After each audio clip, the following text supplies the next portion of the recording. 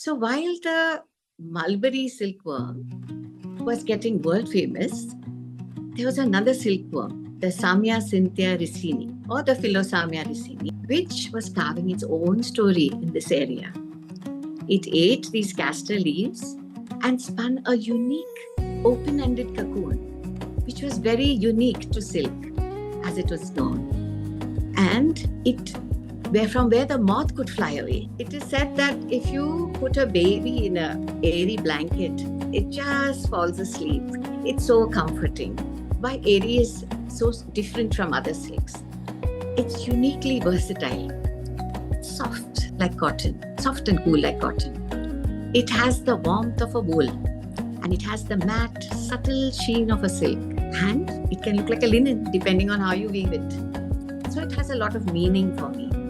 And I wish everybody chooses as wisely, and especially for their clothing, because we talk about that more. And definitely you should experience Eri to understand it.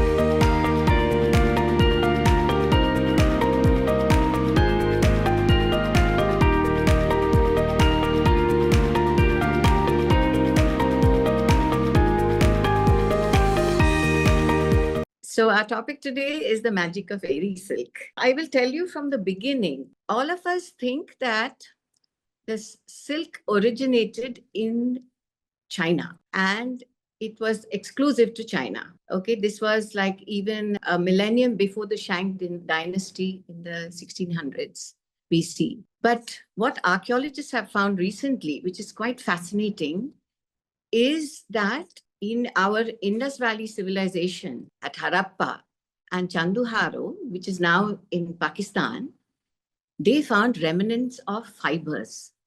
And where? They found little beads, soapstone beads, in which they found these fibers.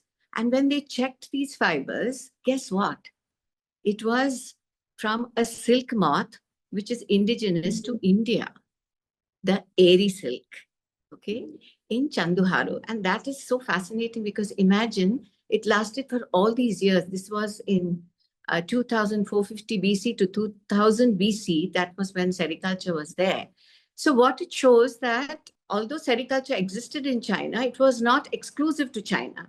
We had a parallel sericulture going on in India and in the southeast of Asia. We don't know exactly if it was in India, but at that time, at least in the Indus Valley Civilization, which had the wilder silks, but China had the mulberry silk. And that is how it started. So imagine our tradition is more than 5,000 years old. Isn't that fantastic? And it changes the whole story about silk and how only China did it. But China did domesticate mulberry silk and sent it all over the world. And that's how we are all now familiar with silk. So they have credit to that. But our silk, this Eri silk, was found almost 2,000 years before they did that. So it means it was exclusive to us also. And parallelly, India and China were working with silk.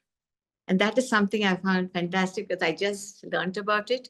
And this finding was just recently in 2008. So then you fast forward to the 13th to 19th century. So deep in Rhino land, in the northeast of India, there are an abundance of castor trees. These trees are rain-fed or they take very little water for their sustenance.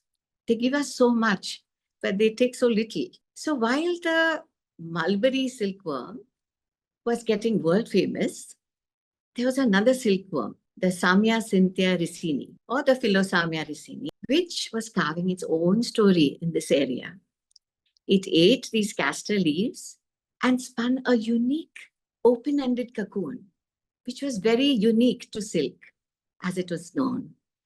And from where the moth could fly away. So this was a very special silk, which happened only in this part of the land. Because only empty cocoons were used to make this silk, it is known as AHIMSA Silk. or peace silk or cruelty-free silk, because there's no other way this silk can be made. The mulberry cocoon, as you see, is a whole cocoon over here, the oval. And you see the Eri cocoons being flat. So what happens is there was never a worm inside when you boil the silk. The process of silk is the same, where you boil the cocoons. But in mulberry and the other silks, usually the worm is inside, unless it is cut open and boiled. So as a tradition, it is a whole cocoon. And that is why it can be reeled. Long filaments were possible. In Eri, what happens, they're only empty, and they can only be empty cocoons because it always has a hole. This worm was so smart, it planned its exit even before it started spinning. That was how nature intended. We did not do anything to it. That's how it is by nature. So it's always an empty cocoon when we boil it. And that is why it is AHIMSA silk. It is referred to as AHIMSA silk. And it was found in the wild. And these empty cocoons then are boiled. You see how, they are made flat. And this was the tradition of spinning and weaving that was prevalent in the northeast of India, where the indigenous tribes would pick these cocoons. Then they would boil them. Then they make it flat like cakes that you see. Then they hand spin this yarn because there's no other way. It's like cotton, and wool, where you have to fluff it up and make the yarn with your hands and join them. So this yarn was also a little coarse. It had a slub, or what you call like a bump in the yarn, other than the knots that were used to join it. But that's the characteristic of Eri. And it's also the beauty of it and which lends character to it. So the people in the northeastern region, this was their way of life.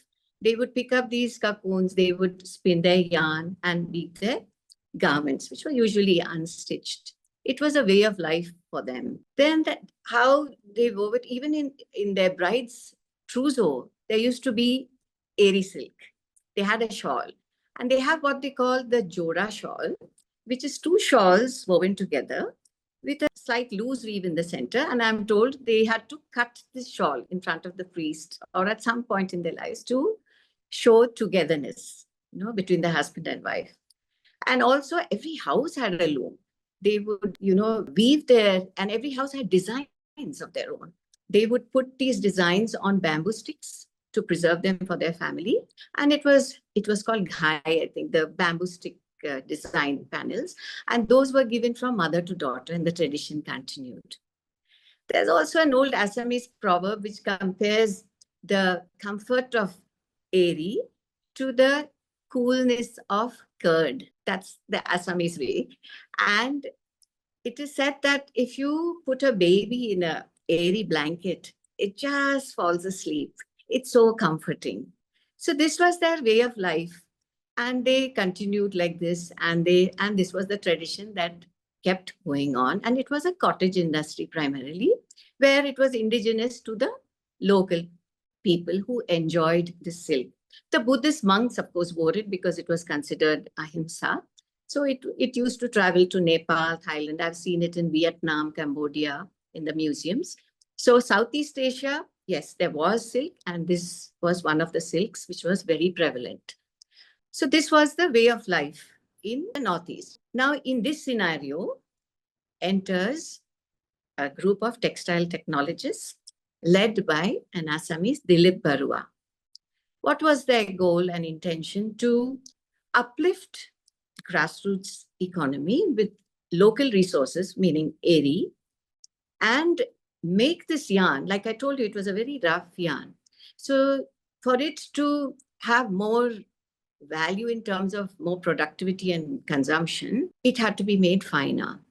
So the idea was to make this yarn, through intervention of technology, finer and more consistent, while giving employment, especially to the women in the area. So it was a really noble goal. And this was in the year 2009, when Assam was seething under the undercurrents of insurgency. Now, I took a risk and I decided to join them. I invested. And soon we had an Eri spun silk factory, which means the same yarn which was done by hand was then, as you see the young lady there, you have a bigger scale of that happening, and the yarns were getting more refined. so you could get more product. So earlier, when only from 1 kilo of yarn, you could get 5 meters of fabric.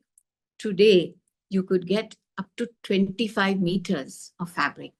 So it changed the whole economics of Eri production. And while the hand-spun yarn was also in the making, with some intervention, which was not too capital intensive, which was innovative for the time, by actually using the word jugaad with the existing machinery, this challenge was taken up and shown that Eri can be made consistent and it can be made finer.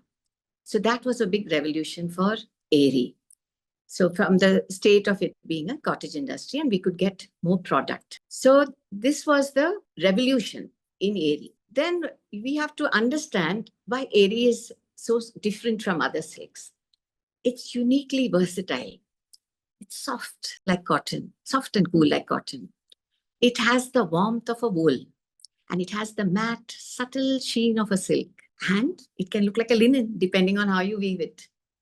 So it's almost like a magic fiber which has everything and can look so different depending on how you treat it. So you wonder, is this Eri? Is this Eri? Is this also Eri? That's what I found out. Of course, it's earth friendly, it's environment friendly, because these worms feed on the castor plant, which is, as I said before, drought resistant or rain fed, or takes just barely, an inch of water per week, compared to, when you process cotton, you need like some 20 to 40,000 liters of water for mulberry. So each has its space in the universe, but Eri contributes in this way, where it takes very little water. So it's nice. It leaves a low carbon footprint. And even in the making of Eri, it's very easy to wash off the gum that is released by this particular silkworm, compared to other silks where a lot of times you have to use a lot of chemicals. And also it's very resilient. It combines very well with other yarns. So you get varied products. So just to understand, let's look at other silks so that we get a perspective of Eri in the scenario. So there are more than 30 silks in the universe, but those are all not so well known, and because they're also not very easy to harvest. Like you must have heard of spider silk, the spider's web silk. That's supposed to be really strong and very, very high in tensile strength. And some people are trying to harvest that, but that is, limited. Similarly, there's something called sea silk, where the sea mollusk attaches itself to the ocean bed through these strings, and that has been harvested. Then you'd have heard of lotus silk, that is from lotus stems from Thailand. So these are some general silks, but mostly what we know of as natural silks in the world are mulberry, as you see, mulberry, the whole cocoon. And this particular silkworm, Bombyx mori, it eats the mulberry leaves. So we have to understand that each silk is from a different silkworm. It eats the mulberry silk, the leaves, and it spins this whole cocoon, and it gives us this kind of a long filament silk. You see this? That's whitish here. Then you have the wild, this tussar, Eri, Muga. These are called Vanya silks or wild silks, the forest, where you find them in the forest, by the Central Silk Road. This has been classified as Vanya silks. Now, tussar, this particular silkworm, Antheraceae milita, it eats the oak leaves and found mostly in the central part of India. Mulberry, as you know, is all over the world because it's been domesticated. Now, tussar is found only, and also all over India, mulberry. Tussar is found in the central parts of India. It originates there. And it is also a stiff, kind of a roughish, yarn, not easily pliable, but it's quite attractive. It has its own natural wild beauty, and it's beautiful in its space. Then let me go to Muga first. Muga is the golden silk. This silk is naturally golden color, and this particular silkworm, Antheraceae asama, eats the leaves of what we call the som or the saul plant, which is found in the Northeast. And depending on, it's so wonderful, which part of the tree, the leaves it consumes, the sheen of that gold changes a little bit, but it's always golden color. I can show you the yarn here. See, this is the Muga yarn. It's extremely high in tensile strength. It's very UV resistant. It is the only silk I have found which does not fray with the sun. It will not, any other silk curtain you hang, it will disintegrate after some time. This one will not fade, neither will it fray. It is so hardy and so wonderful. Because it's a northeastern silk, I work with these two. What I've been told is that the British used to make parachutes out of it. It's so high in tensile strength. And when it landed, the European woman would cut it up to make dresses. It is so strong. Okay, so it's a lovely, lovely golden silk, naturally gold. Then, and of course, now in Assam, it is used for mekhla chadars, for brides, during their wedding. Then the home kings of Assam, they propagated it. It was a royal fabric. Then we have Eri. This is what we have worked with most. This particular silk, as you see, this cocoon is flat. You see the others and you see this one. This is how it is, and that's how it is boiled. So this particular silkworm, Samia cynthia ricini, eats the leaves of the castor plant, and it spins this very, very, very nice, soft yarn. It's so soft. In fact, one of my weavers from Banaras, when I was trying something, he said, he felt it like this and he said, "Ye to pashmina hai," he said. So I was like, oh, really? No, so the point to note is that it's also like a wool. And that is why, it's also like a wool. So that's why I think he also figured that. And it was nice to hear it from somebody who did not know what it was. That, you are noticing these other properties also. So this is the silk we have been working with. So yeah, so now these are the 4 generally known silks. Now, besides this, we have heard of different silks, right? You have heard of raw silk, matka silk, dupion silk, katan silk, kora silk, gajji silk, satin, crepe, chiffon, organza, pat silk. So what are all these silks then? So what? I was also confused for a long time. So then when I checked, each of these silks actually are derived from the most common silk, mulberry. So mulberry silk, when it is harvested, it is graded. So from those graded silks, they make the very fine silks, which are sheer, and also in the way the yarns are twisted in the spinning process, you get all these different qualities. Like matka is the very raw, degummed silk. The raw silk is the degummed silk, which is kind of flat, not shiny, even though it's mulberry. Matka is the waste of mulberry. After the fine yarns are taken out, they spin that, and that is matka silk. Dupion is when 2 cocoons of mulberry spin together. You get they call it bivoltine, where you get this particular kind of yarn, which is 2 together, and that's why it's called dupion. This is used for cushion covers, wedding gowns, and all you have seen that. Then there's katan, which is like a sheer opaque silk. Then there's gajji silk, that thicker, shiny, where you see in a lot of the blouses and all that. Then you have satin, crepe, chiffon. Now, satin, crepe, chiffon, these are weaves. When the silk is woven in a certain way, you get these kind of weaves.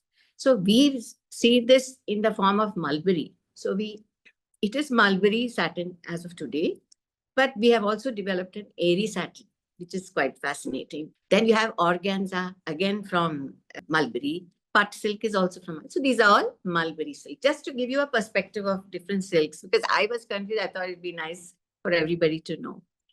Then what is these other silks? Maheshwari, Banarasi, Chanderi, Mysore, Kanjivara, Uppada, Pochampalli, Gadwal. What is this then? These are also silks. Then what are these? So these silks are also made with mulberry mixed with cotton, like in Maheshwari. But here they are specific to a geographic region because there was patronage there, either the royalty over there or the people or the people who had power there. They patronized them and encouraged these silks. So that's how these developed in those areas with specific techniques, which may have come from other lands, through travels. So you have the Maheshwari, where you see the 2-side border. You have the Banarsi, which we are all familiar with. which is again from mulberry. Then you have Chanderi silk, you have Mysore silk, you have Kanjivaram silk, you have Pochampalli, which is specific to Pochampalli. Pochampalli is just an ikat weave. Ikat is a technique. Pochampalli is a town. So the ikat weave is prevalent in Pochampalli and was propagated. So that's how it became Pochampalli silk. So similarly, Kanjivaram. In that area, it was propagated. So Kanjivaram. Mysore silk was again promoted by the king over there, the Vadiyar Raja. That's how it became Mysore silk. Then Chanderi. So similarly, so this is just for a broad understanding, so that we know, this is all mulberry so far, and these are the different silks. Then let's come back to Eri and understand what is it about Eri? Why is it so fascinating? And so first thing, it is uniquely isothermal. It keeps you cool in summer, warm in winter. It has all weather comfort. Which silk does that? I mean, normally you would say you wear silk only in winter, right? But this one has all weather comfort. And also, I guess, since it doesn't shine, like the shiny shine of mulberry, it doesn't shout, I am a silk, you can wear it also more and more, in different ways, in different formats. It's highly breathable. It will breathe. You'll feel so comfortable. And usually once you wear Eri, you don't want to wear anything else. Your hand will just go to the Eri garment from the cupboard. That's what I have noticed. It has very good crease recovery. Meaning, okay, you wash it. You can, depending on the garment and the colors and all used, you wash it with a very soft soap, let's say at home, and no harsh detergents, nothing harsh. It is a silk. You treat it as a silk. And then you dry it, say, it will be crumpled, but you iron it. The rest of the day, it will stay like that. From morning to evening, it will be like that. You take a nap in the afternoon, get up, it will be like that. This is what I've noticed. So also, like yesterday, a friend called and said, this is my airport sari. I'm going to wear it to the airport because I have to go to an event after, and I know this will stay. So this is what I have heard. And I have worn and understood that it is like that. So I find it great. It has very good crease recovery. It is easy care, like I mentioned. You can, earlier also silks were washed at home, generally silks with soap nut powder. You don't treat it with harsh chemicals or detergents ever. But mostly depending on colors and technique, you have to, we recommend dry cleaning. But everyday clothes can be, in some cases when specified, washed. And it has a wonderful drape. You normally, when you're making, tying your sari and all, you have to struggle. Somebody has to put the pleat down, make the pleats and all that. Here, what we found is it just drapes so easily. You just, and you don't have to struggle with all. It has an easy drape, a very good hand. Nobody is known to have become allergic with Eri. Like wool, it has the properties of wool, but it doesn't have the itch of a wool. Wool sometimes can itch, it doesn't. It's good in UV protection, like a lot of silks. It absorbs. If you're sweating, it will not, kind of be sticky. It will absorb. It will also wick away the sweat. The sweat will go away. It has wicking properties also. So that's why you understand how unique it is. So in this unique silk was being used in this particular fashion. You see the traditional Eri saris and, and their chadars, shawls. This was the tradition of Eri all along in the Northeast. And they are beautiful. And they were worn for their weddings and everything. But understanding all these lovely properties of Eri, in my mind, I thought everybody should be wearing this and more often. So it has so much potential, so much versatility. Why not try and explore more possibilities with this yarn? Anyway, I was involved with this yarn, and I figured we have to show how it works. So I started since 2014, I started innovating. I started working with this yarn.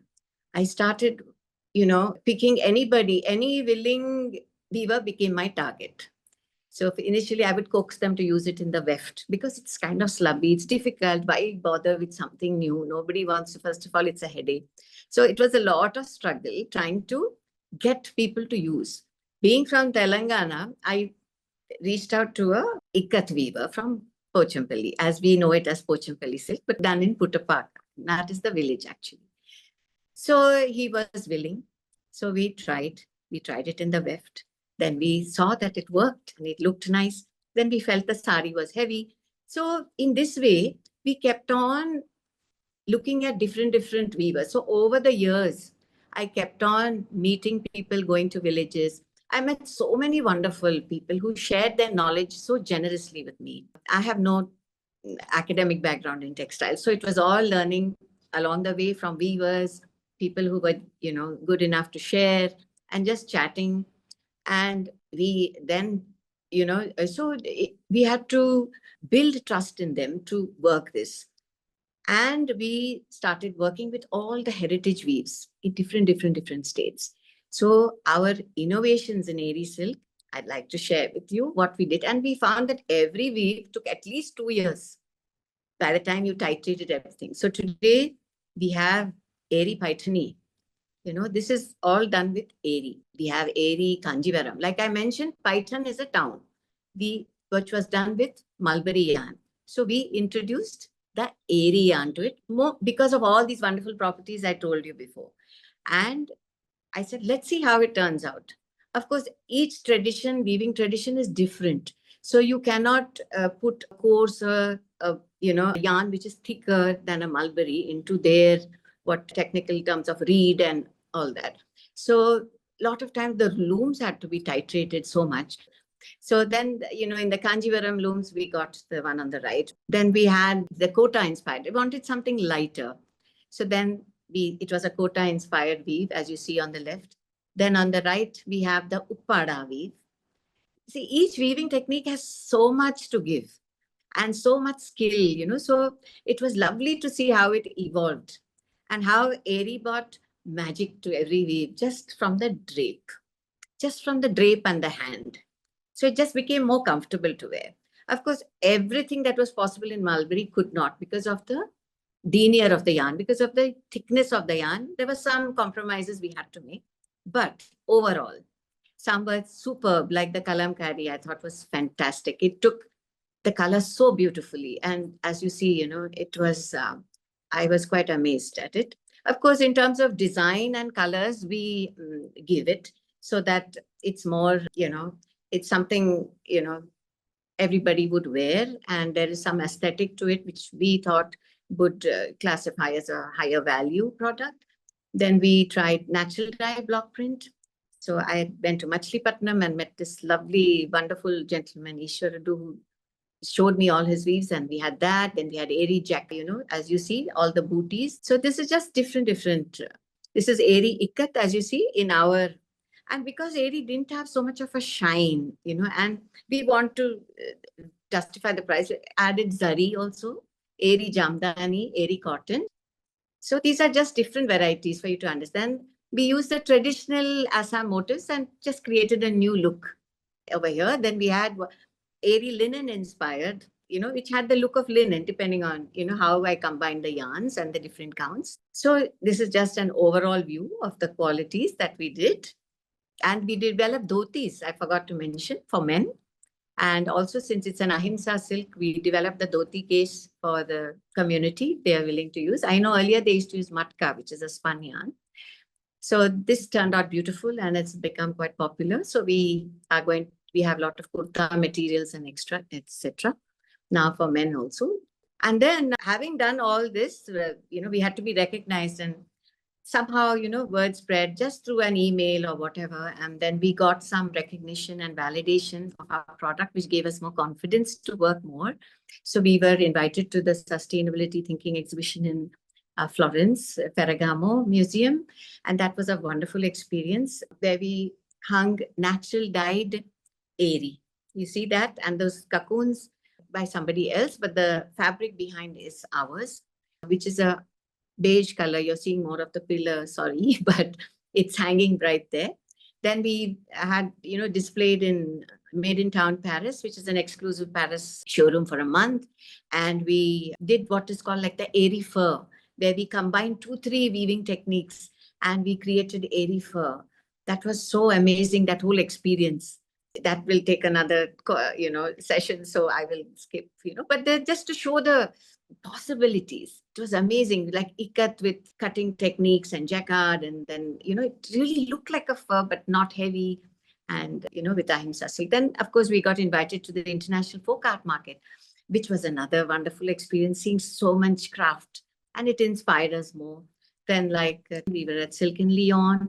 Then we got chosen for the Premier Vision Paris, Maison d'Exceptions, where my daughter accompanied, and she saw the possibilities and now working towards a Western garment line.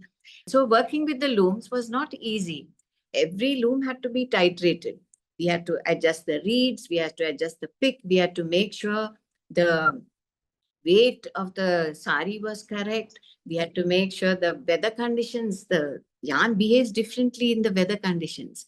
So it would, crinkle sometimes. And then I would hear from the Viva Amma, this is happening. So we had to constantly be, innovating. And it was very, very challenging for the most part.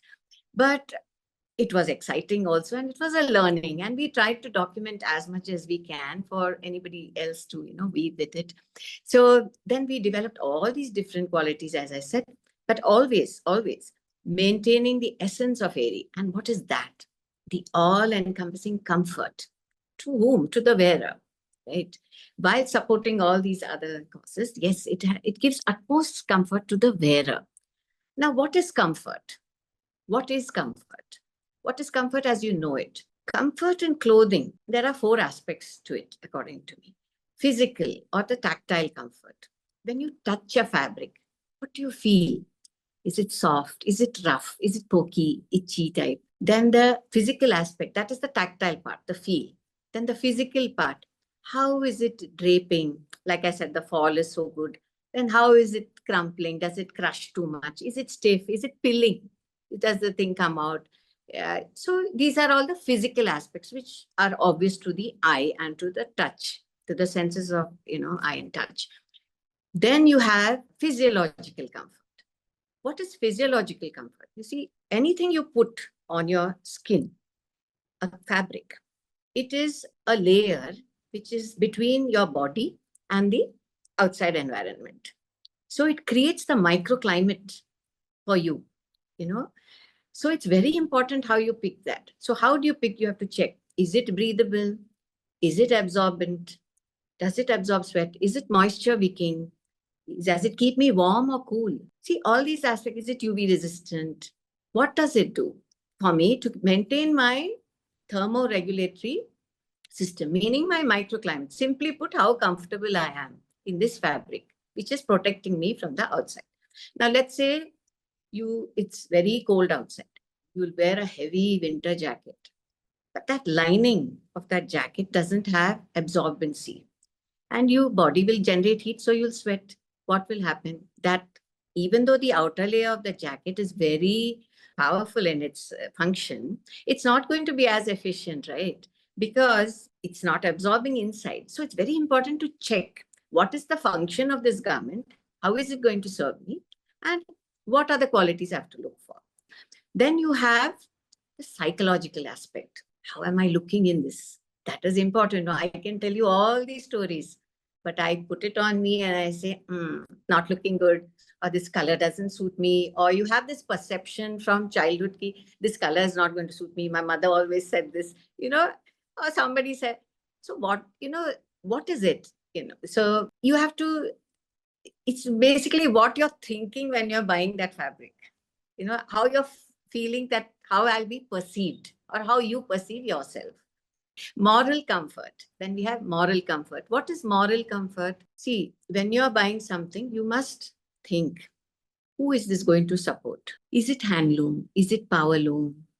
Is it ethically sourced? Who made it? Is it made in proper conditions? Are children employed? Does it support a heritage craft? Something ancient? It has so much value then. Does it harm the environment? Most importantly, because fashion is such a polluting industry, you want to pick things that do not harm the environment for sure. Who does it support when I'm buying this? So what I think is that products with intrinsic value, which, when you buy, you don't feel guilty, you feel good. This is going to be durable. Imagine Eri lasted in those beads for how many years? It's a durable thing. It's something I can use. So let me buy with awareness that all these comforts come in. So Eri is all encompassing in comfort like this. And that is why I was so drawn to it. And I felt it's great. And I came across this lady's work, Kate Roberts.